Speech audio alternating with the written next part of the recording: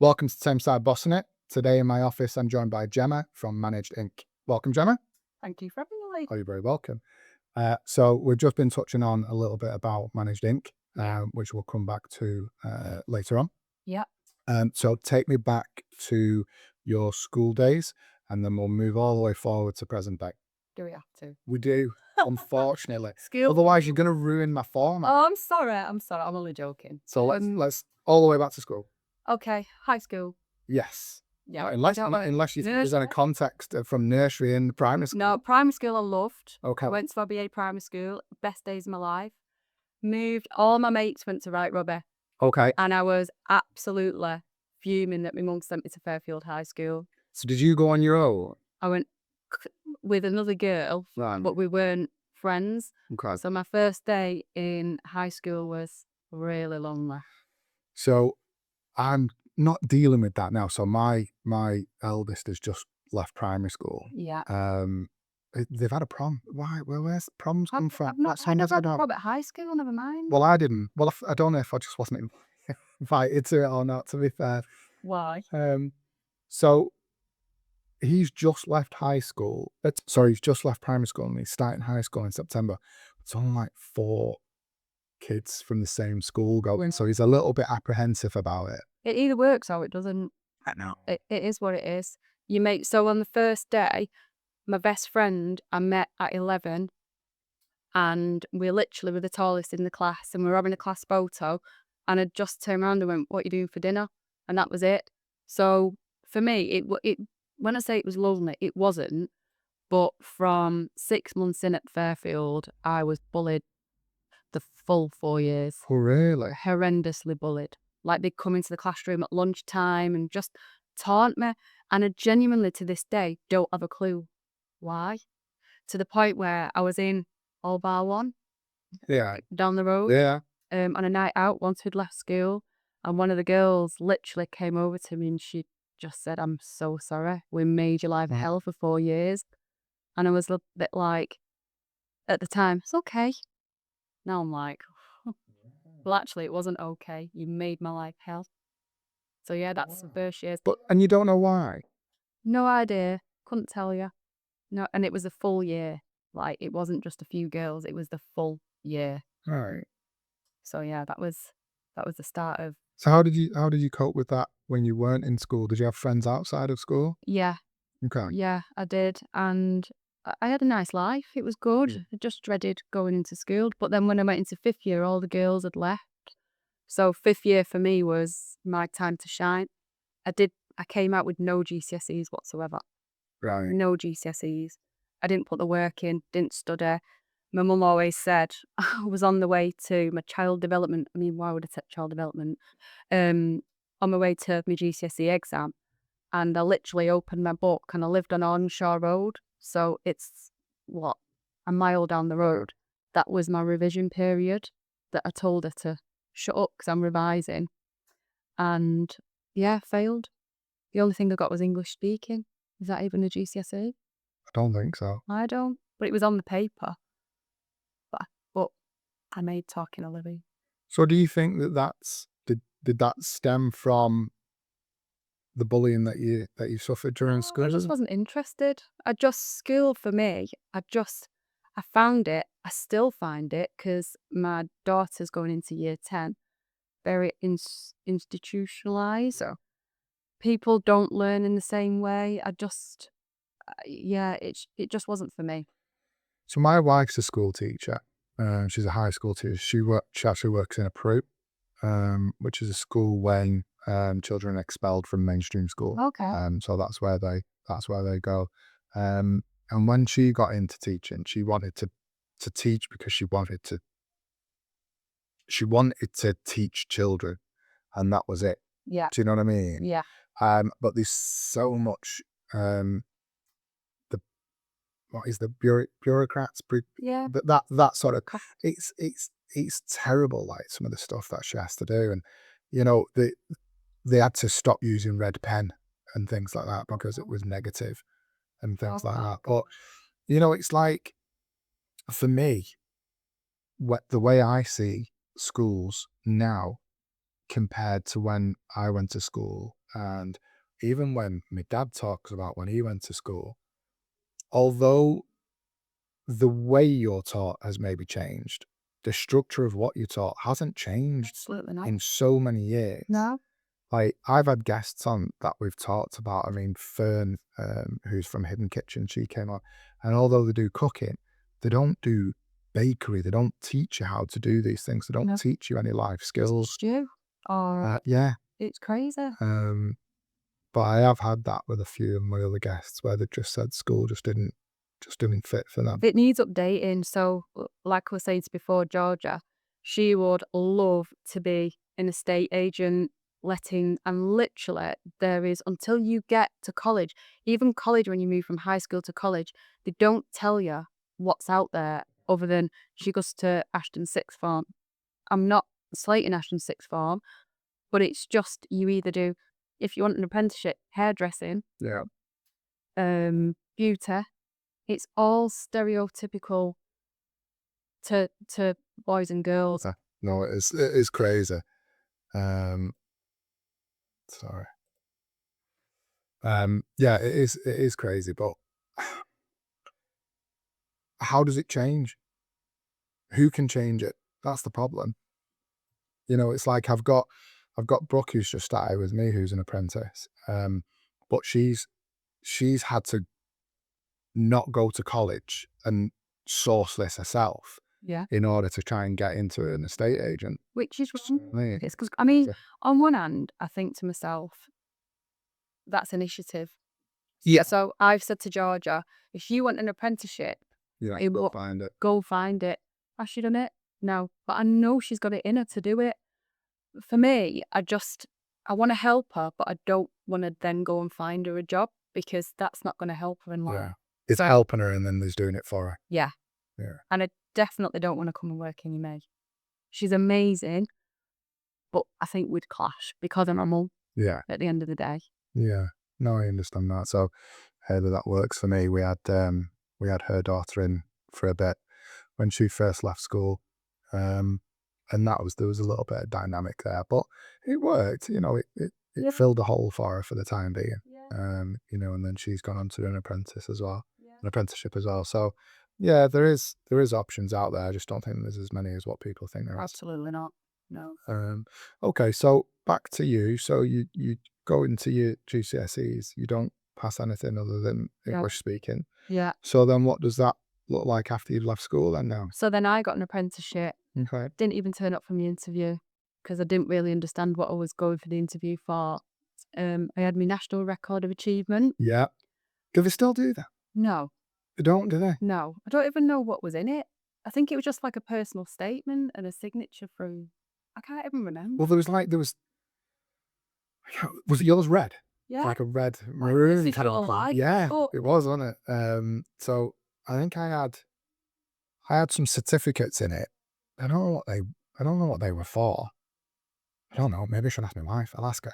Well, what was Something it like that. for in school? And then GCSEs were in there as well, I think. Yeah, I didn't put my GCSEs in that. I'm pretty sure that was what was in it. Sorry, anyway. So then, didn't turn up for the first interview, and then they actually phoned me. It was Daymar, the apprenticeship guys, and they were like, "You didn't turn up." And I was like, "Yeah, I didn't fancy it." So then they said, "Look, they really want to see you." So I went along. It was on, you know where the Hacienda is in town? Oh, yeah. It was on the buildings there. I went in and spoke to the office manager, and it was basically on reception, Right. and got the job. First day, so I left school on the Friday, started work the Monday after, and I loved it. I loved on reception. I had a switch, you know, like the phone's ringing, so I'd be the first person putting people through. But before I put them through, I'd be having a chat with the customers. I absolutely loved it. The one thing I didn't like is making the boss a brew, and I nearly got sacked because I didn't boil the kettle. What did you do? Just put cold water in it? Yeah, I didn't know how to make a brew. So, and then in the end, on my dinner hour, because there was these like glamorous girls, account managers, Oh, yeah. and I thought I want to be one of them. So then on my dinner hour, I used to go upstairs and I could I'd just make new business phone calls. Didn't know what I was selling. I knew they sold pens and paper and stuff like that. But I'd just get through to people and be like, right, I'll pass you on to the account manager. And that was in my dinner hour. So I used to have my butter, we kind of pop, and then just be making new business phone calls. And that got me so excited to the point where the boss, Les, who I used to make cold brews for, he said she either gets sacked on reception or we put her in with the account managers and she can do new business. So that was in the September. And then by the December, I was getting a £500 bonus as a 17-year-old. Wow. Which took me and my now husband away to Gran Canaria for a week in the January. Wow. And literally just smashed it. I loved it. And then I graduated to an account manager. Right. And then a sales rep. So I was with, he was called Zen Office. I was with Zen Office from being 16 Right. all the way up to 35. Wow. Okay. Yeah. So you've literally just had that one job there. Well, I left for a year. Right. And then I went to work for another company which doesn't exist anymore, which I'm not surprised, as the sales manager. Right. Got there on day one. I was the only salesperson. So I was managing no one. But you liked cold calling, you liked your door knocking, and that's not what I was used to. I was used to phone calls. So like when you said there that you're not used to the cold calling, but you were ringing for new business. So was that not cold calls? Yeah, when you were so doing it that? was cold calls, but I wouldn't knock on people's door. Right. Okay. I just find it really intrusive, and I don't like if I walked in here and everyone's looking at you, I'd be like, oh God, Right. Okay. it's all right, I'll go to it. Whereas on the phone, you can be yourself. Do you know what I mean? Yeah, I get that. I think so I came back from so I lived abroad for a little while Yeah. when I was younger. Where did you live? I lived in Lanzarote. Did you? Yeah, Wow. loved it. I bet you did. Absolutely loved it. 365 days or so. I was going so I worked in a bar. So I originally went over. Where's my podcast now? So we originally went over and I went over with my mum and dad.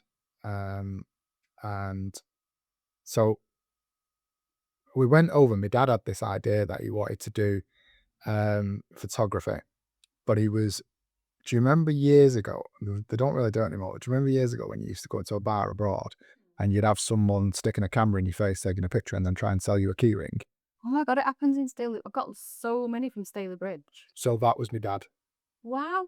right? Not the one in Staley Bridge, but abroad. Right. That was what we did. We had a printer set up. We would print the photographs there. We'd put them in key rings, or we'd give you like the actual picture on a like thing that you open, like when you go to like a water park or something, you get that. So that was what we did.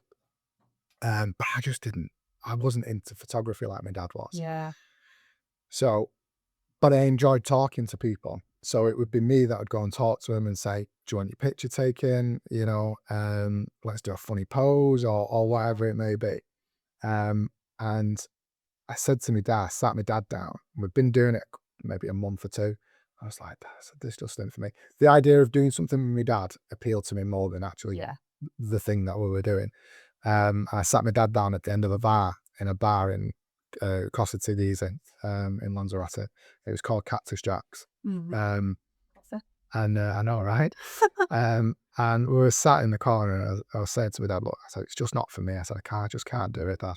And he's like, no, that's fine. He says, you go and find something else. And I was like, right, okay. But the owner of the bar is called Marco, and he overheard the conversation. Yeah. But obviously, we'd been in that bar a lot because of the type of bar it was. They always had an act on, and then they did karaoke and all that sort of stuff. So Marco heard the conversation, and when I'd finished speaking to my dad, he was like, Lee, come here. So he took me outside and he said, you're not doing the photographs with your dad anymore? I was like, no, I said, I don't want to do it. And he's like, right, okay. He wrote a number on a piece of paper and gave it to me. He said, I'll pay you that a month to work for me. And I was like, oh, okay. And I think it was like €2,000 a month. Oh my God. And we're talking 20 odd years ago. Wow. And so I ended up being, the really annoying people that stand outside to try and get you in bars. Oh my God. So I was that guy. And I was that guy where I would be doing, I'd have free shots, I'd be doing cartwheels, I'd be doing anything to try and get people in the bars. And then I got people in the bars, And then he was like, "That's brilliant, right, I want you to upsell now, serve behind the bar for me." I was like, "Right, okay, I'll do that." Because I could just talk to anybody, Yeah. um, so I ended up doing that. And then as it progressed, we started getting better acts on because the bars were busier, which meant that obviously in turn they pay more. And I was like, and then he started buggering off halfway through the night. He was like, "Lee, you look after it." I was like, "I'm missing a trick here." So I ended up sort of pretty much negotiating a way where once he goes, I get a percentage of the Really? what I brought in. Yeah. So we ended up doing that, and I bring like more business in, and then we'd shut at 3 o'clock in the morning, and then me and one of my best friends now are still see now he's back over there now. He's called Omar. We'd then go for a drink at Yeah. 3 o'clock in the morning. We'd normally take people from the bar that have been in, who were on holiday. We'd take them to the exclusive bars that were just for residents or people that work there. So they felt that that they were included, which meant that they came back the next night because they Yeah. wanted to do the same thing. And then we'd go and drink until about 6, 7 o'clock in the morning. Then we'd go and get a bit of breakfast. Then I'd go home, get a bit of sleep, and then I'd get up just after lunch, have a swim, and then go to work and do it all again. That's not sustainable, is it? No, I think that my God. this guy drank more in that year that I was there Yeah. than I had previously and since. But yeah, no, but I loved it. Absolutely loved it. That's one of my biggest regrets. All my mates went to Cyprus. I worked the year in Cyprus and I had a job, so I didn't go. Yeah. Biggest regret in my life. I would recommend it to anybody, especially now, like we were discussing before about not, younger people not knowing what they want to do. If they can get an opportunity to go and work abroad for a year, Yeah. go and do it. Yeah. I would recommend it to anybody. Yeah. It was an amazing time. But yeah, loved it. Got your liver. Yeah. Offered. Yeah. Yes, it did. Yes, it did. So I ended up doing that, and then I came back for my sister's wedding, and then my gran was poorly. But I'd met my now wife. She came on holiday. Yeah. Uh, Oh my God. and then we met up when I came back here. So I would end up being home for about 2 months, and we literally met up twice a week. And then Wow. when it came time for me to go back, she was like, "Are you going back?" And I was like, "Do you want me to?" And she was like, "Not really." I was like, "Oh, okay, I'll stay." Oh. And then lots of years later and 3 children later. Yeah. But yeah, So how long have you been married for? 14 years in August. Right. Okay. Wow. Oh yeah, and we've been together for 21 years. Yeah. Same thing, Greg. Yeah, it's a long time, isn't it? Get less from her, don't want you? Get less from her, don't want you? Yeah, you would, but I wouldn't have it any other way. No, I don't think I would. I No. don't think I would. But I did always say to her before we had kids, if we ever split up, I'd literally be on that next flight back to Lanzarote. Genuinely. I thought you would have said Tinder though. Oh God, no. No. Yeah, no, I'd definitely be on a flight. So it's weird though, right? Because like I know it's Lanzarote and I know like people call it Lanzarote and stuff like that. Don't I absolutely love it. And I've always said if I ever won the lottery, irrelevant of how much I won, I could win millions and millions. The day after I've won that, I'd be on a beach in Costa Teguise figuring out what I'm going to do because that would be Oh my God, go-to you're not place. gonna stay there. No, You'd go there to figure out. I'd how go, you're gonna yeah, spend. but I would Good. definitely be there Yeah. to figure out because that's like me. It's almost like my safe place going there. Yeah. So Yeah. yeah, no, I do love it. I love it. But anyway, So you were gonna be a holiday rep. no. Yeah. Although when I was there, I did get to know lots of holiday reps, and the beauty with knowing holiday reps is that they then invite you onto their excursions. So like I just used to go to all these excursions for free. Wow. So I'd go like on catamaran trips, I'd go scuba diving. I got to know some of the scuba divers, so I'd be able to go with them. But so when I went scuba diving, they'd let me go in the water, but because I didn't do the proper paddy courses, whenever we went to the ones that had shipwrecks, I was never allowed to go in them. So I just used to have to swim around them because I didn't have the paddy to be able to go inside it and stuff like At that. least you got to go on a boat. No, I did go to go on a boat. Boat was lovely. And then one of the acts over there, I don't know why this has turned into my podcast, I apologise. Hey, listen, it's fine, don't worry. But there was a drag act called Bows and Bells, and one of the guys, Michael, it was his 40th whilst I lived there, and his partner had hired a yacht. So there was like 15 of us that all went on this yacht and literally just sailed around the Oh, island, wow. which was just incredible. I bet it was. Yeah, it was stunning that. So yeah, Oh, done a few bits like that. yeah, I haven't. There's still time. You never There know. is still time. Never know. You're right, there is still time. Okay, so back to you. So you stayed there for a really long time then in this job. Yeah, so What other roles did you have there? I eventually got to a stage where I thought, I'm going to have a crack at management. And so I went into the owner. And bearing in mind the owner, I'd known him since I was 16. Yeah. I just said to him, look, I feel like some people in that sales office, because it was quite a big company by this time, are taking them royal, can I swear? If you want to. Piss out of you. Okay. And Can't believe you just saw. cut it out, man. Taking the royal Michael out of you.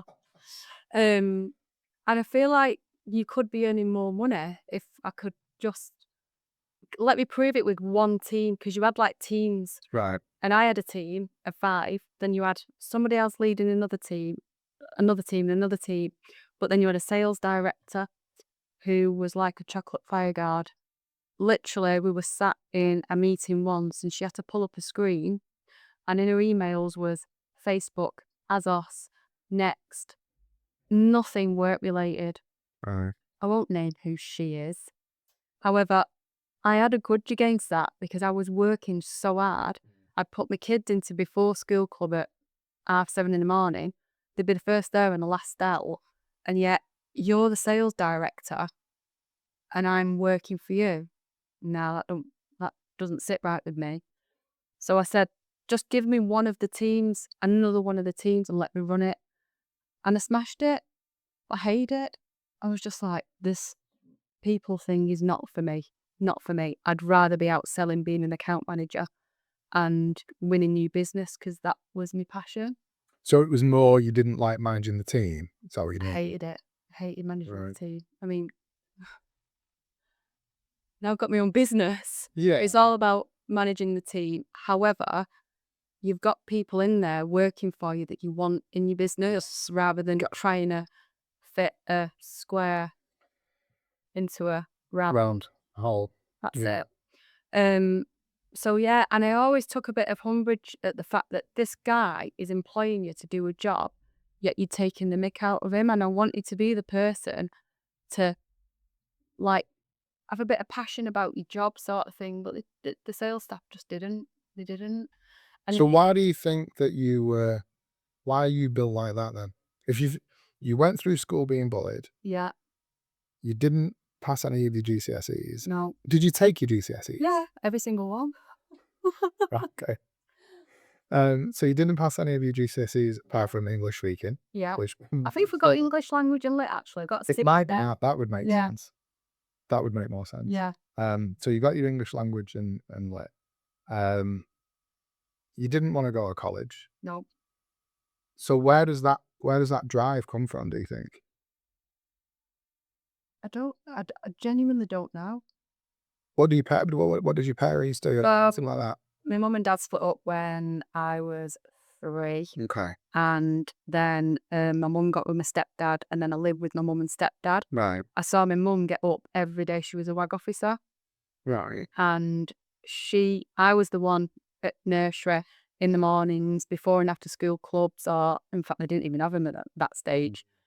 I just used to get dropped off at school, which everyone did in them days. So my mum's passion was work. Yeah. She was a single mum. My dad dipped in and out every now and then. But funnily enough, I always, I don't see my dad at all. But he was in the signage printing game. Right. And I don't know, I always felt like he had something to prove. Like, I can do, because he had his own business. Yeah. I can do that as well. Watch me. but I don't speak to him. I don't put anything on Facebook about my life, or do you know what I mean? I just think it's something in me that's always had this drive to succeed. Do you think some of that is from your school days as well? Almost wanting to try and improve people? No, I can't. No? No, it never. Once I left school, I just forgot about it. But yeah, it was done. It was just a bad time in my life. Don't get me wrong, we had some good days, but it was a bad time in my life, and I just get on with it. You accept things, don't you? I just think me and my husband have got this really healthy competition as well. Right. So Greg's a construction director. He strived to be that all his life, and he achieved it a couple of years ago. And we've always spurred each other on, and he's been my biggest supporter in opening Managed Inc. Like you won't believe. I had a really, really good job at Zen office. Yeah. Like the money, the commission I was earning was mega. And I just said to him, I can't do it anymore. I can't live this life anymore. I don't want to do it. I don't like working there. It was too corporate. It was too sexist. The guy that they brought in as the MD, he capped the commission. But it wasn't about the money for me. It was about, how dare you? Yeah. How dare you cap my commission when I was bringing about £100,000 a month, Wow. GP, not sales, GP. Like, how dare you do that to my family? And I think that's it. I wanted to prove right. Well, the thing is, though, it's like I've never understood that because the second he's capped that commission, I was gone. okay, we just get it back, aren't you? Yeah. So, I was on, when I look back, I was on just crap wages, right? Really bad wages. And he gave me a pay rise to £60,000.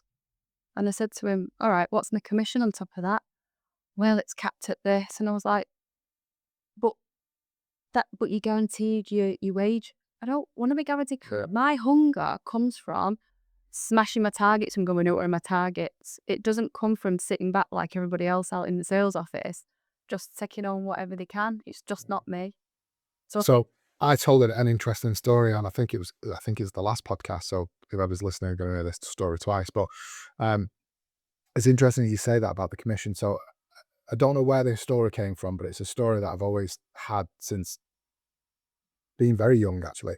And it was about a guy that owned a tower block in America, and he had sales reps. Don't know what it was that was selling. Could have been insurance, something like that. And the story goes that the sales reps were all on a really low basic salary, yeah, and they earn their money from commissions.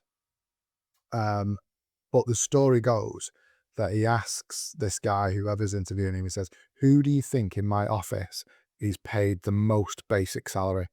And they were like, "Oh, your top execs definitely paid, more than everybody else." No. "Oh, okay. Your office managers." No. And he was like, "Well, who's paid more than anybody else?" "The people that can't earn commission." He was like, "Well, who are they?" "Me cleaners." yeah, I was like, "What do you mean?" He's like, "I pay my cleaners more basic wage than I do any of the sales reps, including the directors. They get more." And I'm like, this guy was like, "Well, why do you pay them more than anybody else?" He says, "Because if they can't go into a clean office, they can't do their job. And if they can't do their job, that means that they can't sell. And if they're not selling, the business isn't making money. yeah, So I put my cleaners on the biggest salaries because they go in and they make your job easier to do because your desks are clear. And it's the same, whenever you walk into a nice, clean, fresh office, yeah, you want to work harder, don't you? You yeah, just do. It's just an innate thing in people. absolutely. And I've always just took that with me that sometimes, yes, the people can earn commission and it's great and that's brilliant, but sometimes the basic and the core jobs are the ones that nobody else really ever sees, like your cleaners and things like that. If someone came to me and asked for a massive basic, it sounds awful, but I'd judge him instantly and think, you're not going to do a good job for me. Yeah, I agree. I agree with that. If you come and say, I want a fair basic, I'll earn commission, I'd be like, Yeah. yeah, you're hungry for it. Yeah. I want you, because that's how I was. Yeah, I would agree with that 100%. Yeah. Good. So, in terms of being at Zen office, he's come in, captured commission, Yeah. told you that you're on a basic, Yeah. which is a good basic, Oh yeah, it was a really good basic. but you said no. You wanted to do something different. Well, I took it, Yeah. and then that was in September. I always had What year are we in? 2015. Okay. I always had this guy that where Zen office used to be in Middleton. There was a guy that owned a company called Superwide Digital Internet, and he'll hate me for saying this, but it was like my surrogate dad. So it was that age where he was always telling me off for doing stuff. All right. And then one day we went to do a signage because he's trade signage. So we went to do a signage survey, and it was in Wales. And he just said to me, Gemma, your brain works different to everybody else's. He said, you're entrepreneurial. You don't stop. You've got to put that effort into something that's yours and not for somebody else. And I was reading The Secret at the time. I was very much like, yeah, you're right. I can do it. I'm frustrated and restricted every single day. I go into that office saying, no, no, no, no, no. You don't do it like this. You don't do it like that. I wanted to spread my wings and have freedom. And when I first started the business, so I read The Secret, and then he said to me, oh, every night do new business like you've never done new business before. And PPI was a massive thing back then. Okay. It was in its prime, and Gladstone Brooks went digital on me at Zen. So I thought, there's got to be other businesses out there that hasn't gone digital. They've not got the capital behind them to push AI. So I made a video brochure, and it was basically, you opened it, and it was a video of, are you still doing this? And it gives photocopiers, like people putting stuff in envelopes, ranking. There's a better way, a cheaper way. And it was just an animated video. And I sent it to every single PPI business in the UK. And then I left Zen, and I just thought, it's now or never sort of thing. And 40% of those people phoned me. I was inundated. So I went to see them all. I could take my kids to school, pick them up, went to see them all, and literally I built a business overnight just on PPI. Wow. Then it crashed. Yeah. So 2019, no longer. But I knew it was coming 6 months before, so I had to revert back to what I'd always done at Zen, which was selling uniforms, PPE, janitorial catering, stationery, signage, print, outbound and inbound post still, but not on. Look, you that for yourself though. Yeah. So where did you get that equipment from? So we sub everything out. Robbie's trade printers. We use, so you couldn't go to, let's say, our fulfillment house and get yourself a quote. It's only for trade only. Right. Okay. So we've got our own trade. So promotional products, for instance, they only sell to the trade. Right. And likewise on the fulfillment houses, I'm bringing them volume based on my whole accounts. Whereas just one individual wouldn't get the postage rates that I can provide. So I saw a niche in the market, and I just thought, I'm going to have to revert back to what I know. And that's what we did. So take me back a little bit to the night before you left Zen. Yeah. What were your thought process at that point? I couldn't wait because I'd already started the business. Okay. So it was 6 months I was working nights. Right. Getting business for Managed Inc. Yeah. And working for Zen in the day.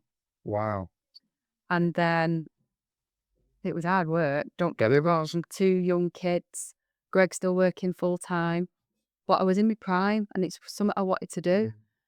And The Secret kept me going. And it sounds so cheesy, but it kept me going. And it just said, imagine that £1 million in your bank, £1 million in your bank. And again, it wasn't about the money. It was a target. I'm very target driven. And I ended up noticing.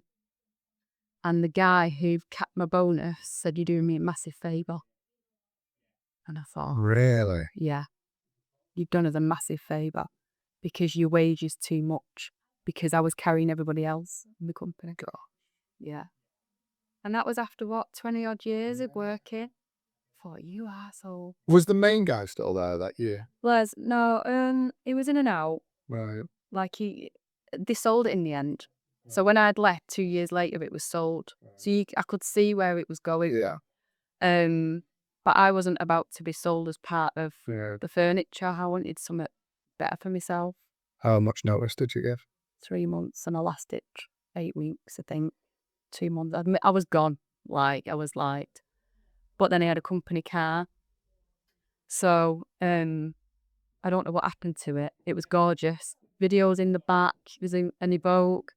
And Les on my last day came out and he basically saw like it had clipped the bumper where it had come off a little bit. It had come off a little bit and he booted the hell out of it. And I just thought, it's that frustration that I'm going and it's actually happening. Or because you didn't need to do that. Yeah. Or what is it? Is it a sign of, I don't know, like, Sounds like defeat to me, yeah, maybe. which might follow suit if he then sold it 2 years later. Yeah, possibly.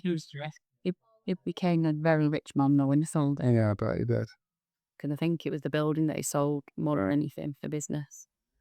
So yeah, that was the end of Zen days. Okay. They tried to take me to court a few times. Because you didn't finish year. No, because they said I was stealing customers, Right. but it didn't go to that. So why did they think that you were stealing customers? Do you know what the funniest thing was no one knew about Managed Inc. until 3 months later when I put something on Facebook and then the sales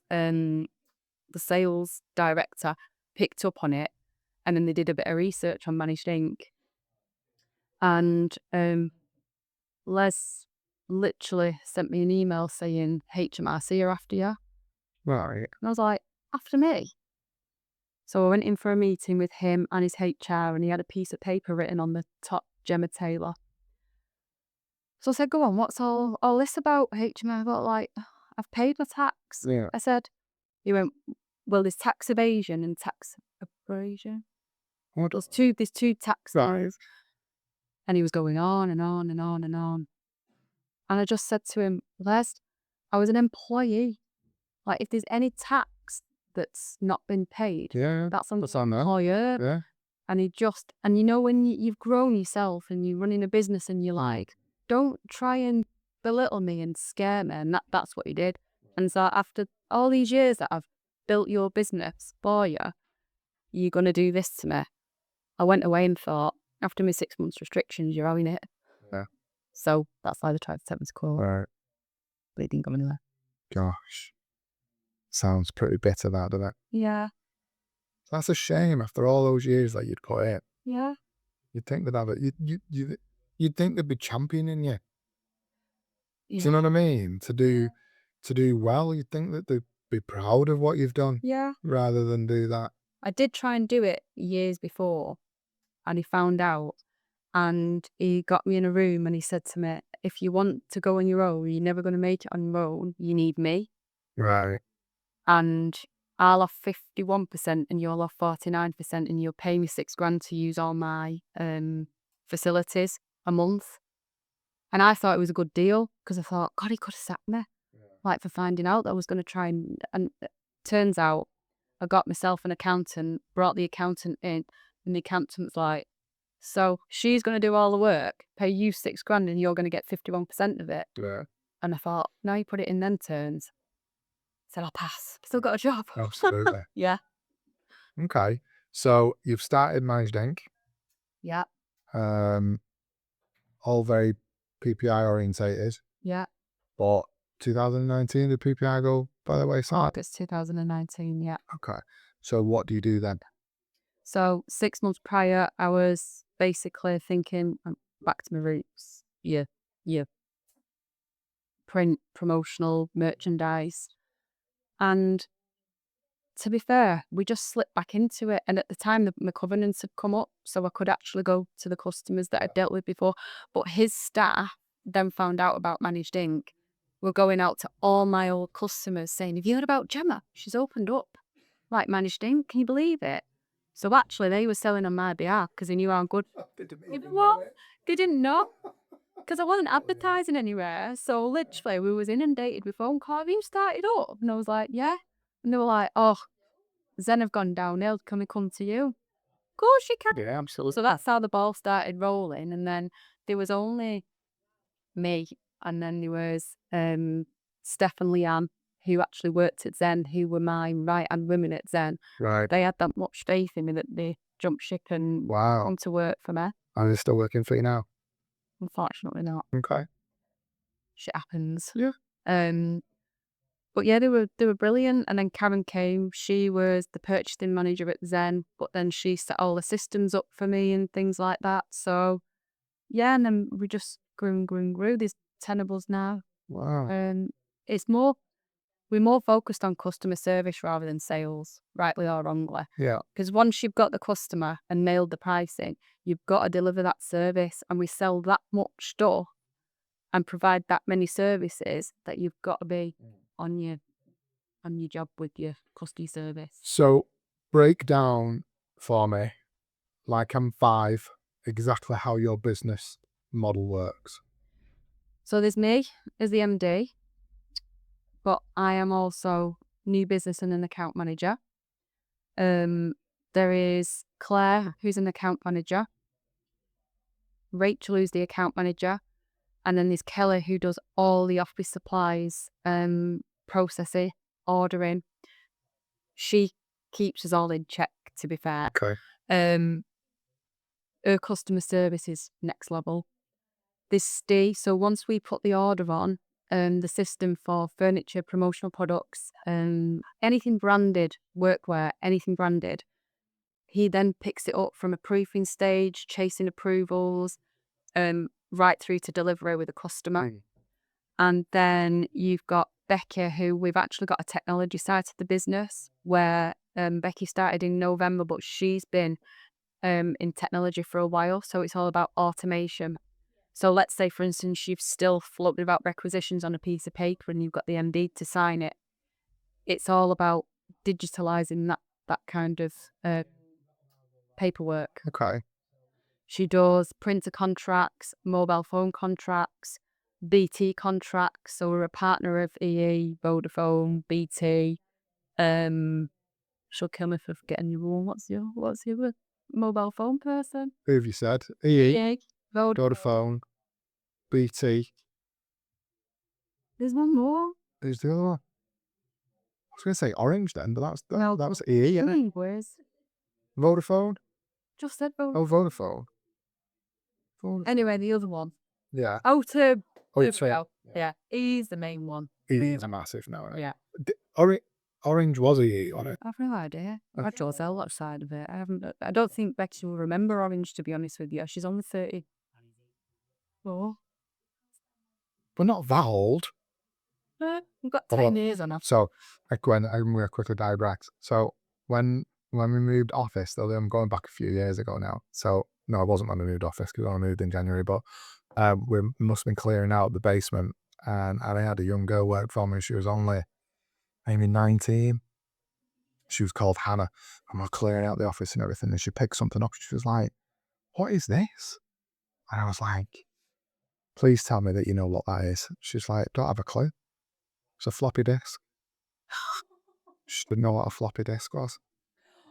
Jim's like, "Oh my God, I'm so old." The fact that they were called floppy disks weren't floppy. He was, but don't know, but yeah, it was a floppy disk, and she didn't have a Scooby Doo what it was. That's crazy. I know. Where's Blackberries though? I want a Blackberry. I'm sick of these iPhones. I want a proper keyboard on my phone. Anyway, I need to mention, because I've missed a couple of people out and they will kill me. Hannah the driver. Yeah. So we've got 2 vans, service in the northwest. She can only drive one at a time, obviously. Yeah. But then we've got Adrian, who's our warehouse manager, but he's our secondary driver. Right. So everything that comes in and goes out to the customer, Adrian checks the proofs, the quality, everything before it gets to the client. Because shit happens at the end of the day. Some things come in and they're wrong. So Adrian gets the proof, checks it. So before it lands with the customer, the phone call before them checking it is, look, we've checked it. Not quite right. We're going to correct it. Do you want them so that you can see product? Customers like that kind of customer service rather than just sending it all direct and then you just get what you're given. So, yeah. So do you have a warehouse? Yeah. And how much, because obviously if it's not coming directly from you, you're outsourcing it, aren't you? So it comes in from somewhere else. So on an average week, how much stock would you actually have in your warehouse? Or is it just a case of you use that as a storage whilst it goes straight to the house? So we store customer, let's say for instance, promotional products, print. Yeah. If the customer's paid up front, sometimes when they don't pay up front, to be fair, we stock it. And we pick and pack. So they'll place an order on our online portal to say that they want a gift pack going to, I don't know, Birmingham. Right. So we have the gift packs picked, packed, ready to go, and then we'll post it out. Right. We stock paper, so we can get a really cheap price on A4 and A3 paper. Right. Okay. And packaging. So packaging's huge. People are really precious about who the packaging supplier is, and they don't get it. Genuinely don't get it. And just because our name's Managed Inc., we do packaging cheaper than anybody else. So I've always used Ashton Office supplies for the majority of my stuff. Not anymore. Not anymore. Quite a little bit more. Sorry, guys. But should I tell you one of the reasons why? Yeah. They always bring a packet of biscuits. Haribo's. Oh. Haribo or Oxy's biscuits. Oh, okay. Yeah. That changes things. Yeah. Why do office supply companies do that? Because you've just said that that's the reason why. It's true, to be fair. Honestly, we've had people ring up to say, there's a gift day on our delivery note, but we've not received our Haribo, and Adrian's had to go out and drop it off. And I'm just, it is crazy. But we do it on every order. Yeah. So, yeah, people just get used to it, don't they? Yeah, they do. We've got one customer that says, I don't like Haribo and don't like biscuits. Can you please stock something else? And as much as I love them, I'm like, just That's brilliant. really? But if they're the younger customer, if they watch this now, they'll know who they are. Don't pull us in. No, I don't edit anything now. No, that's brilliant. We accommodate everybody. Good answer. Yeah. That was a very PC answer. So in terms of what you do, so you mentioned a lot of what you do, but can I just talk about the, so did you say she was called Hannah? Yeah. The lady that does the... Delivery? No, sorry, it's not Hannah there. Sorry, Hannah. Please don't shout at her. So the lady that's doing the technology side of it. Becky. So what does that look like? So how would an estate agent, for instance, how would I be able to utilize your service from that aspect? Okay, so we are very much people. We don't, it's not one size fits all. So from the very start of the journey, that phone call, let's say she's making the phone call as a new business or you've invited Becky in, she needs to understand your business, where you're at, what you've got in place at the minute. And it's all about reviewing your bills, reviewing your contracts, and look at, because contracts, mobile phones and printers, you're in them for 2 years, 3 years, 5 years. Yeah. There's that much small print that Becky will come in and review everything. And she'll be able to tell you whether we can buy you out, because that's an option. Yeah. Whether you've got a technology fund already put aside for you. Okay. Because these partners, we're a partner of all the mobile phone contracts and the printers. They have funds where they can buy you out, or technology funds where you can draw down on the technology funds when you need new phones. Some people don't even know that they've got that, and it could be thousands sat there. So I'm going through something at the moment with my mobile phone provider. So my mobile phone, not my mobile phones, the landline phones. Yeah. So my landline phones are with Challenger. I don't know if you've ever heard of Challenger. No. So they're actually really good. I've been with them for a really long time.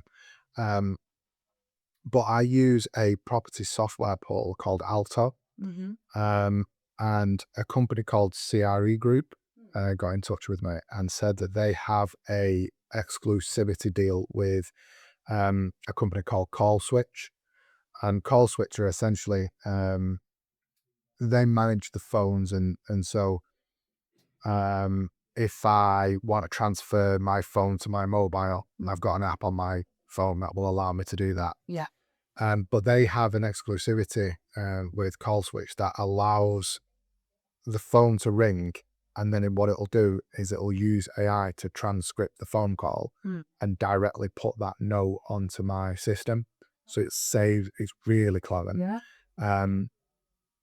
But there's a battle between CRE and Challenger at the moment because Challenger don't want to lose me, Yeah. but CRE Group, they can't provide it. But because of the fact that they want to try and keep me, they're actually in conversation now with Call Switch to try and see if they can get the integration with them. Or white label it. Is that what that is? So they're going to try and see if they can get that integration, but it's going to take like up to 60 days Which is to do it. really. So I've said, look, if you can do it within 60 to 90 days, Yeah. I'll hold fire on it so that I can stay with you guys because, you know, they've been so good to me. But the idea of what they can do, because they can even, how mad's this, right? So they can even listen to the phone call and take out the bits where you've said in the phone call. So let's say, for instance, you've rang me up for a valuation of a property. And I've said to you, right, Gemma, that's not a problem. I can come out to you on next Wednesday at 12 p.m. It'll take that and drop that into my diary. Oh my God. That's brilliant. So it's already there and done, which I just find mind-boggling, Yeah. to be honest. But Crazy. yeah, so that's the sort of stuff that it can do. So from a time perspective, Yeah. and the fact that if I've got, you know, the notes going directly on and it pulls it up. So if you're already a client of mine and you've rang me, it'll pull your notes up straight away on the system. So I don't even have to try and type you in and find you. It just brings you up, brings your property up, brings everything up, and then it'll put the note directly onto it. Is it just geared to the property industry? No, I don't think so. That's No, I don't think so. I think Call Switch is an independent company that can just integrate to all these different softwares, but also is one of the ones that it can integrate to. wow. But yeah, that's crazy. But that's definitely something that she needs to look at. Maybe getting, getting in there doing stuff like that, if that's the direction that you want to go in as well. Yeah. Because I think it is going to be the direction that most companies are going to have to go into. So how are you finding that at the moment in terms of like technology and AI and things like that? So when Becky joined in November, we've got a full base of customers that have not been tapped into for the printers, mobile phones and telephony. And I thought it was going to be really easy. So Becky's got all this 8-10 years of knowledge, Yeah. the connections, she's got the suppliers on board, she's got the portals, she's got the customer service, she's got the pricing. Okay, take that and let's sell it to managed ink customers. Yeah. By God, it's so hard. There's such a weird loyalty to existing technology companies. Like I've just said it then, the Challenger, I've just told them that they've got 3 months Yeah. because I want to stay with Challenger. There is a weird loyalty to it. Why? I don't know. I do it. Because it's technology. You don't understand it. Nobody understands the technology properly. That's why you have your existing IT service company. Yeah. Becky exists. And I think you've just said it there. I think you just nailed it. Like you just said fear. So yeah, there is. I think that is it. I think that's it. Yeah. Because the reason why I've said to Challenger that I want to stay is because even though this other company have said that there'll be no downtime, my fear is that when that switch is over, my phone's going to go off for an hour, 2 hours a day. Do you know what I mean? So Absolutely. yeah, there probably is a fear of that. But it's not just that. So in the mobile world, say for instance, you're with you've got 100 connections and we can take over that contract midway through. So no phones will go down, but you'll also get a cheaper rate. And still, I think it's because our reputation and we've been going for 15, 16, Yeah. no, 10 years. 10 years, nearly 11. See, I didn't pass my GCSE in maths. Because we've been going that long and I got nothing out of Laura, it's fine. Honestly, I'm thick. Greg's sister always says to me, I don't know how you two have got where you've got because she don't say thick because she's really clever, Sarah. What's another word for thick?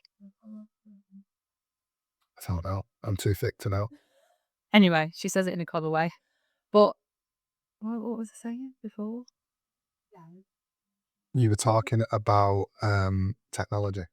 No, but what did I say? The mobile phones and the fact that you can change the contracts midway through. Yeah. And it's cheaper to do it. And then people often complain about how bad the service is direct with the EE, BT, all that lot. Yeah. So we're giving them an in-between of a partner who's reducing the price, who picks up the phone 24/7, who's on their emails, who can sort everything out, and then when the contract ends, there's no switch. Do you know what I think some of it is, though? I think some of it is almost like, no, you don't. I think there's a lack of belief in the fact that you can do that. And it's because we're co-managed Inc. So we've got a reputation. That's what I was saying. We've got a reputation for PPE, workwear, outbound coasts, scam. randomly doing that. Whilst you're randomly doing that, and that's the struggle of having people you exist. Can you not rebranch that though? So we're looking at, we've actually come up with MI Business Solutions, Okay. where trading as managed Inc. So the managed Inc. trust owners, So we've got a website design. We're literally just waiting for the paperwork for our lawyers to be signed, and then Becky's going to sell under another brand because it's doing us no favours. Yeah, that would make At a all. massive difference. Yeah. So we've thought of it with What is that? MI? Business Solutions. I like that. No, it's not. It's MI Business Group. Cut that bit out. Like, You're brilliant. You're brilliant. MI Business Group. Oh my God. Would you lie to me? Why? Is it just MI Business Group? So it literally can find. Quite like solutions, to be fair. Did ya? Yeah. Oh, maybe then. Oh, we can't ask MI Business Solutions. It's already taken on company's health. Plugging someone else's company. Oh, that's brilliant. So quickly back to what you said your sister-in-law was saying. So my wife's the same, right? So this is the way I say it. I have always said my wife is the smartest, dumbest person I've ever met in my life. Yeah, that's what she meant. So, like, when she first went to university, so she's got like degrees and what have you in maths and stuff like that. So that's what she originally taught. And I remember when I was just sat with her and I was watching her do like some work or whatever. It's just like letters and numbers and all that sort of stuff. And I was like, can you read that like I can read the page of a book? And she's like, yeah. And I was like, because that means absolutely nothing to me. But then she's once asked me what flavour apple pie is. That's what I mean. Do you know Greg literally put a cooked chicken back in the oven? So I bought a cooked chicken from Asda for Sunday dinner, and he literally put it in the oven for an hour and a half. And I was like, seriously? That's exactly the same How have thing. you two survived? With 2 kids? I genuinely don't. I don't know, but Wow. we have. So you touched on stuff there about like what I was saying about is the fear of not knowing and stuff like that. So when I started saying this before, and then I think we started talking about me living in Lanzarote. But when I first came back, I worked for a company called LBM, and LBM worked for Boston is that? LBM. Yeah. We'll talk It's Centrix now. Oh, is it? Yeah. So I worked at the one that's based in Altrincham. Yeah. And That's where we know each other from. LBM. I was the account manager. It's a long time ago, though. It was a long time ago. Do you remember Steve McQueen, the facilities manager? I don't know. He got I was sent- there for. Oh, go on. What are you going to say then? You got sacked for being an naughty boy. Did he? Yeah. Wow. Yeah. Anyway, go on. So and they obviously did like different campaigns for different companies. Yeah. And O2 was one of them. Yeah. And back then, it was very much still pay-as-you-go and stuff like that. And O2 used to do bolt-ons. We couldn't remember O2 before, and literally When you were on the side too. and we used to do bolt-ons. And so part of my job was to ring people up. And with LBM, you have to stick to this script. Yeah. And part of my job was ring people up and tell them that they've got a free phone. And the amount of people that were like, no, you're all right. Yeah. Because they don't believe it. They Yeah. don't believe it. They don't believe how good it is. No, it's that thing, innit? It's almost too good to be true. Yeah. But it was genuinely because they'd spent so much money on like bolt-ons and stuff like that, that we were giving away free phones and trying to get people to actually take them. It was now on impossible a lot of the time. So I ended up doing something similar to you when you said, give me a team. I ended up saying to him, you need to change the script. The script doesn't work. Yeah. And I was like, give me, a couple of weeks. And they actually sent me over to the development team, and I came up with a brand new script and everything. And then trained a brand new team on the new script. And they were flying out. Brilliant. And then they dicked me over. And that's why I don't like Avian. You're joking. Yeah. Oh, that it was, I mean, I don't know about what I say stuff on here in case they come back and try and bite me in the ass. But I'll tell you when I finish. But yeah, I did some stuff with them that then they used that they shouldn't have used. But yeah. No. So AI, how is that going to affect you, do you think? Mm. Do you think it will? Mm. When you say AI, what? There's so many different There is. aspects. So okay, let's take back to Hannah, your driver. Yeah. In 10 years' time, is she going to have a job? Yeah. So you're not going to use self-driving vans? Absolutely not. There's nothing better than somebody. So, do you remember when you used to do an email marketing? Yeah. And email was massive. Yeah. It's now dropped off a hill because it's in spam. Yeah.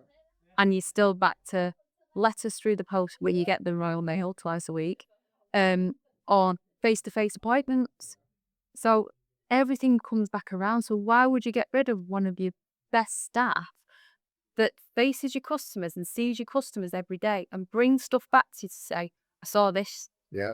Why would that? Listen, I agree with you 100%, but I think that there are going to be jobs that are going to be lost for things like that. Yeah. I think it's going to be people like you that are going to sort of hold firm Absolutely. and make sure that that's not going to be, not going to be the case. It's going to be likes of Uber, people like that. They're going to self-drive it because why wouldn't you? But for me, people are what make my business. The personalities, they're coming in every day. I mean, we had a laugh Friday. I was just sat there and I thought, it's Friday night, it's nice, I'm going to Bees Coffee Pot for a glass of wine. Like, let's turn the music up. And we was having a rave. Claire was fuming because she was on the phone. But we were just like singing to Bonnie Tyler, I Need a Hero. Even Adrian, she's doing, I know, bless her soul. Classic that. But even Adrian was joining in, and it's just that I need humanity. And I think we all do.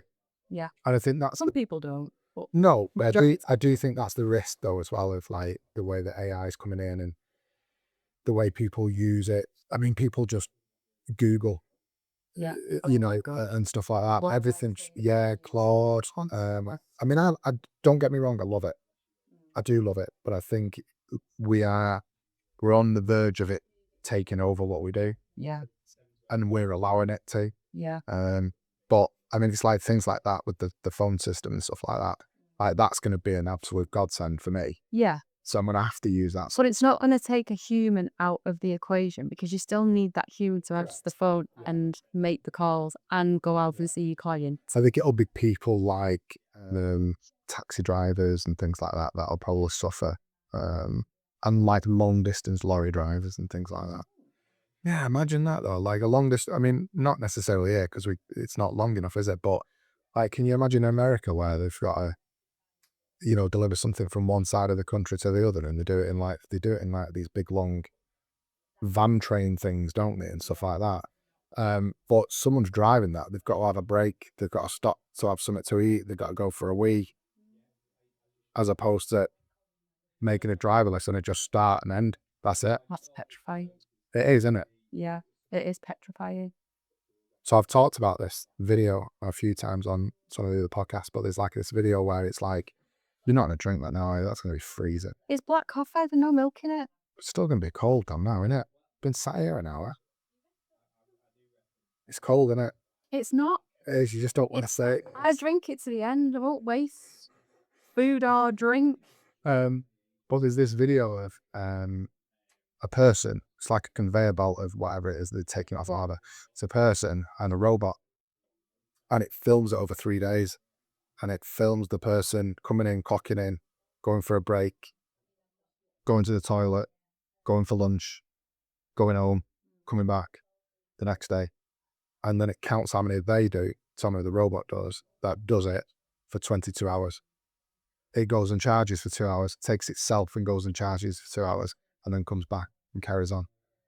And I do agree with that bit though. it's crazy, isn't it? It is crazy. I don't agree with it because it's going to put people out of jobs, and that's the economy will crap. Like, it's already on its bum. But as an employer, that's what you want. But then there's a caring side of, I don't want to get rid of Joe. But He's loyal. He's been. Do you know what I mean? I know. It's team versus. It is, isn't it? Yeah. It is. But it's productivity.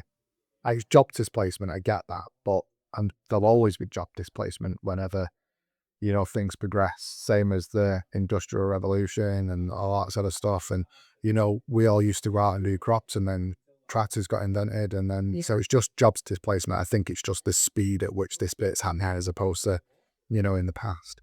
But yeah. So is there anything about managed ink that we've missed that you want to cover? More question. Do you know what we do? So you are a office and print suppliers, Yeah. but you are essentially a wholesale. So I come to you. You're like a catalogue. Yeah. Yeah. So I come to you, and then you'll outsource and get me the order that I want. Yeah. So you are essentially like, I mean, for instance, if I liken it to what we do here, we have a mortgage broker. So you come in, you want a mortgage. The mortgage broker will go to whole of market and find you the best deal, and then give you that product. You essentially work in the same sort of way. I come to you, you'll go to whole of market and you'll find me the best price for printed t-shirts, for instance, and then you'll produce the whole order from start to finish and you'll deliver it to me. Exactly. So nailed it. Nailed. Okay, so I started a new tradition at the end of my podcast, and using AI, what I do is I put what you do for a living and I put it into free chats. So chat, Gemini and Claude, Yeah. and ask it to produce me a question. So you're not going to know which one's done it, but which one are you choosing, A, B or C? See. C. I haven't got my glasses on, so I'm going to put a really weird face that you're not going to see now, which is okay. No, what everybody else. I know, I just noticed that, to be fair. Okay. What? I can't even actually read it. Do you want me to read it? No, it's all right. Who is it? Gemini. I've never heard Gemini. of Gemini. You know, really? Gemini's Google.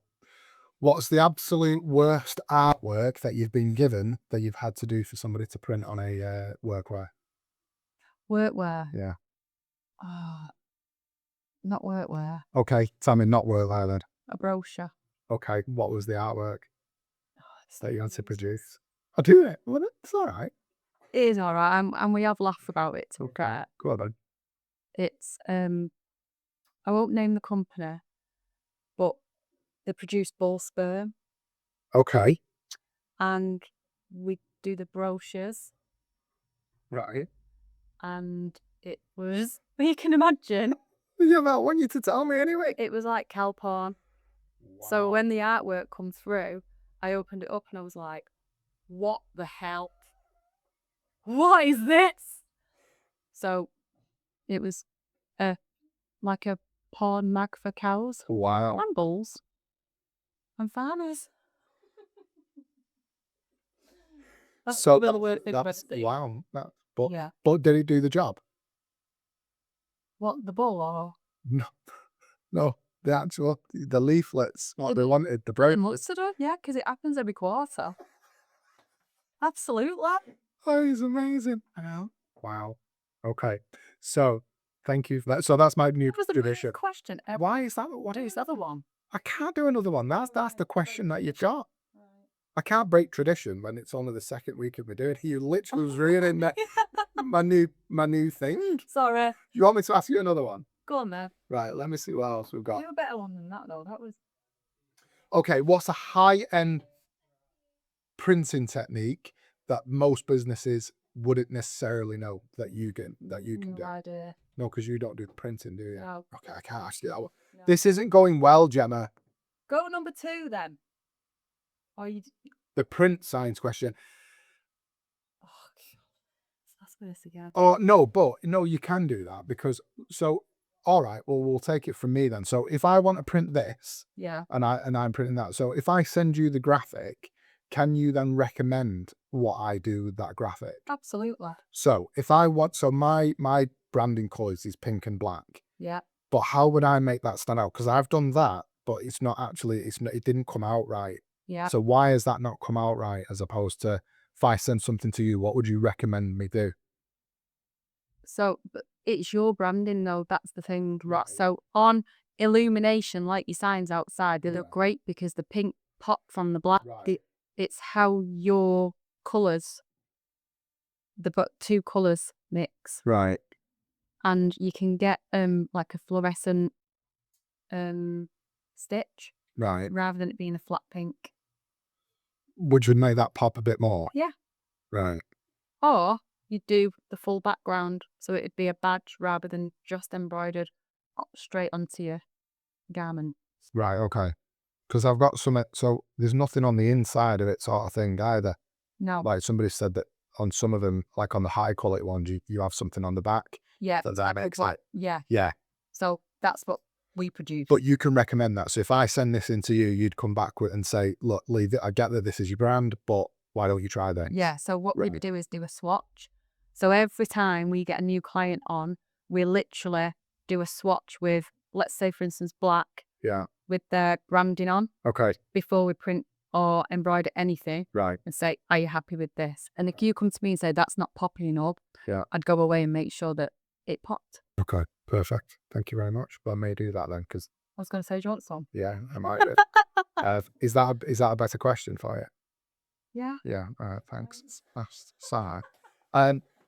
Your socials, things like that, you're going to send them all to me. But if someone wants what you are selling, how would they contact you? Well, on my mobile. Yeah. Our website is shocking, and Okay. I'm not going to lie. It doesn't promote what we do. It doesn't promote us as a business. It needs sorting. So if there's any web designs out there, get in touch. Okay. However, we like to talk, so ring us. My mobile number is always the best way to get hold of me. I'll always pick my phone up. I work 24/7. Okay. And Instagram, Yeah. LinkedIn. We're on, what's it called? Facebook. Not really. We are on Facebook. Okay. But it's not. It's Instagram's the bad thing. What's the other one? TikTok. TikTok. TikTok. Yeah, but we don't really promote what we do on there. We just promote our personalities. Just have a bit of fun on that one. See, that's what we need to do more. What? Not you and I. No, my office. We've been saying that for ages. That we need to do more on TikTok. Yeah, and not like the cliche stuff either, because you've seen it all and done it, and it's more like, I don't know, it's your personalities. Yeah. Sitting down doing a Q&A. It's good. Well, I mean, I decided to do this, so that's part of it. Have you done it with your staff? No. Do you think I should? Would, yeah. They've looked after you today and then you're leaving them out. Yeah, I do. I don't know if I'd want to. Is she called Haley? Haley, yeah. Haley would. She's mid Haley. She's like, you know how you were saying about right arms? Yeah. She'd be right on my left. Wow. I wouldn't be able to do it that way, to be fair. Don't tell her that, though. No, I won't. Okay. Gemma, thank you very much. I hope you enjoyed it. I've loved it. Like therapy. Come back weekly if you want. What? We'll pop all your socials on the sites and everything. We'll send you a version of it as well, so you can promote it on your stuff as well. But yeah, thank you very much. No, thank you. You've been on Tameside Boss, innit? Yeah.